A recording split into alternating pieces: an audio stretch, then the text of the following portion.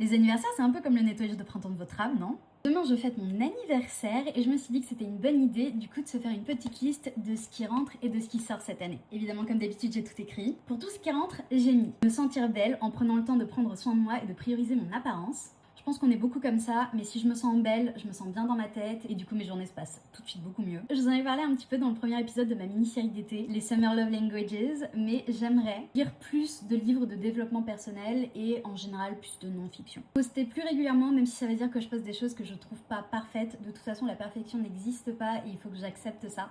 Faire plus de séances de pilates réformeur, j'aime trop, ça me fait trop du bien au dos, à la tête.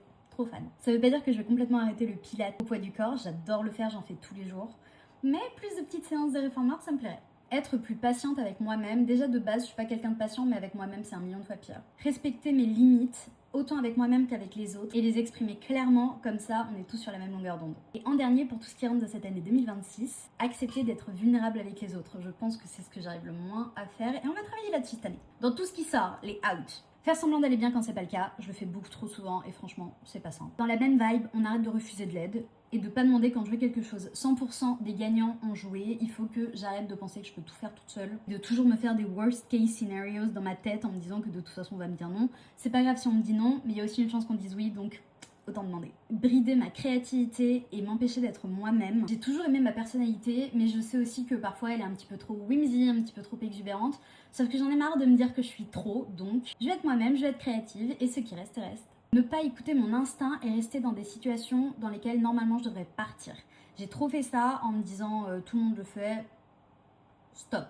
Maintenant, si je suis pas bien, je pars. Donner mon énergie à des gens qui m'épuisent sans réciprocité. Tout le monde ne peut pas être à 100% toute la journée. Il y a des moments dans les relations, et même parfois des mois, voire des années, où une personne va plus recevoir et l'autre va plus donner. Mais moi, je parle d'un équilibre global dans les relations. C'est vrai que si ça fait 5-6 ans que vous êtes amis avec quelqu'un et que c'est toujours eux qui vous parlent de leurs problèmes, qui écoutent jamais les vôtres, et vous êtes épuisé à chaque fois que vous voyez la personne, il y a peut-être un souci.